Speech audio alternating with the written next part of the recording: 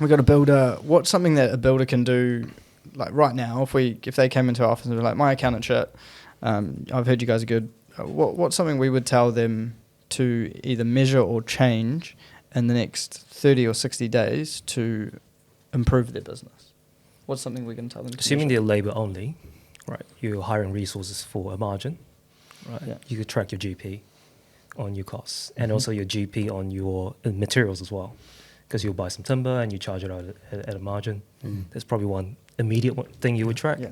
So you would ask the question like, what's your markup on materials? Yeah, or- what's your markup? What's your average billable per your employee, the boys?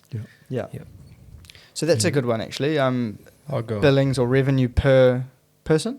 What do we call that? Like revenue per FTE is what we technically call it. Yeah, I mean, I think like that's really good. I think mine's quite simple, and I do this for most people.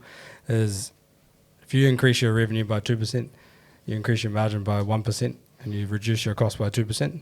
Like, do you understand what the impact of that is? It's not 5%; it's actually more because your revenue goes up by 2%. You've done something to your costs, which is your employment or your stock or whatever. Yes. And then you chop some overheads that you don't need. The impact is straight to the bottom line. And it's haven't done so a lot. hard to teach people that 2 + 2 does not equal 4. Yes. Yeah. And then hence why, hey, you need to do a budget because I need to apply that methodology into some sense and then show you what that value is. Yes. And it's not going to be small. No. Like, it's actually quite substantial. Yes. And I love that. It's like a real easy thing to do, right? So, yeah, that's kind of my... Yeah, I think builders are smart these days. They're actually good business operators. You know, historically, you probably think, a builder not smart, but the builders that I deal with these days are very smart. So Why were they not smart? I just don't because I think all they did was got a hammer and hammered a nail into a piece of wood. They honestly did. I'm not even joking. You know, and that's maybe I'm just taking the piss a little bit about that.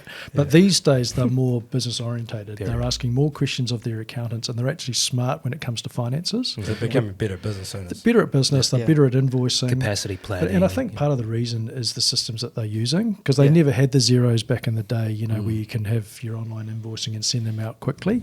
But they're also asking smart questions of their advisors as well, So I think, to your point, having that forecast in play so that you can measure some of those things for them and show them, they're smart enough to understand it now, which is great. I love it when industries like that change. There's a good change in that industry. Yeah, because they traditionally were a time and cost model, right? That's why we make the joke, just swinging more hammer swings, you make the more money you make. It's not totally true anymore. So because now you have a health and safety cost, you have you could probably work that out per person. You got ACC costs, you got technology costs, you got all these extra costs. If you just measure it on every time I swing a hammer, I make 50 cents. It's not going to work. I still like some of the old school metrics from the old builders. Like they're just, here's my materials, 25% markup plus. It's like who's on your the, builder? on the GSD, and then it's like labour. I just chuck another $20 on that guy, and somehow they figure out the metrics, and they still probably make money. Fuck, they make heaps of money. Like but it's like based on experience as well, right? Like and then the overheads are like lean, and then they just apply that. Oh shit, wage cost going up. This guy's asked for $2 more. I better change it at the other end. So they're actually simple metrics that this guy understands. Didn't need an advisor like us. And now you got software. It's like, fuck, what the hell does all that thing mean? I feel like that method's just way too much lag in it. It's more that's right. experimental, right? Like Yeah. you try it, oh mate, I didn't make money last year, let's try something new this year.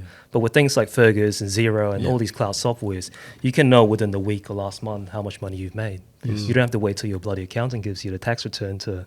Well, again, just going back to past and future, if that's all you measured and just said, oh, if I added $2 to this person per hour, I'll make more money. Well, what if they got no work next month? And then you're not going to make any money? So you actually have to look forward and go, okay, they've got this many hours that they're capable of doing. Yes. Because swinging a hammer takes energy. And so maybe we should only let them do that 60% of the time, and then other 10% they have to do this, and 10% they have to do project manager or whatever. So they build roles, and then all of a sudden you're gone from hourly costing to value costing, and then looking at metrics to go, okay, they're efficient 90% of the time only, and we are okay with that. Yeah. It doesn't have to be 100. No.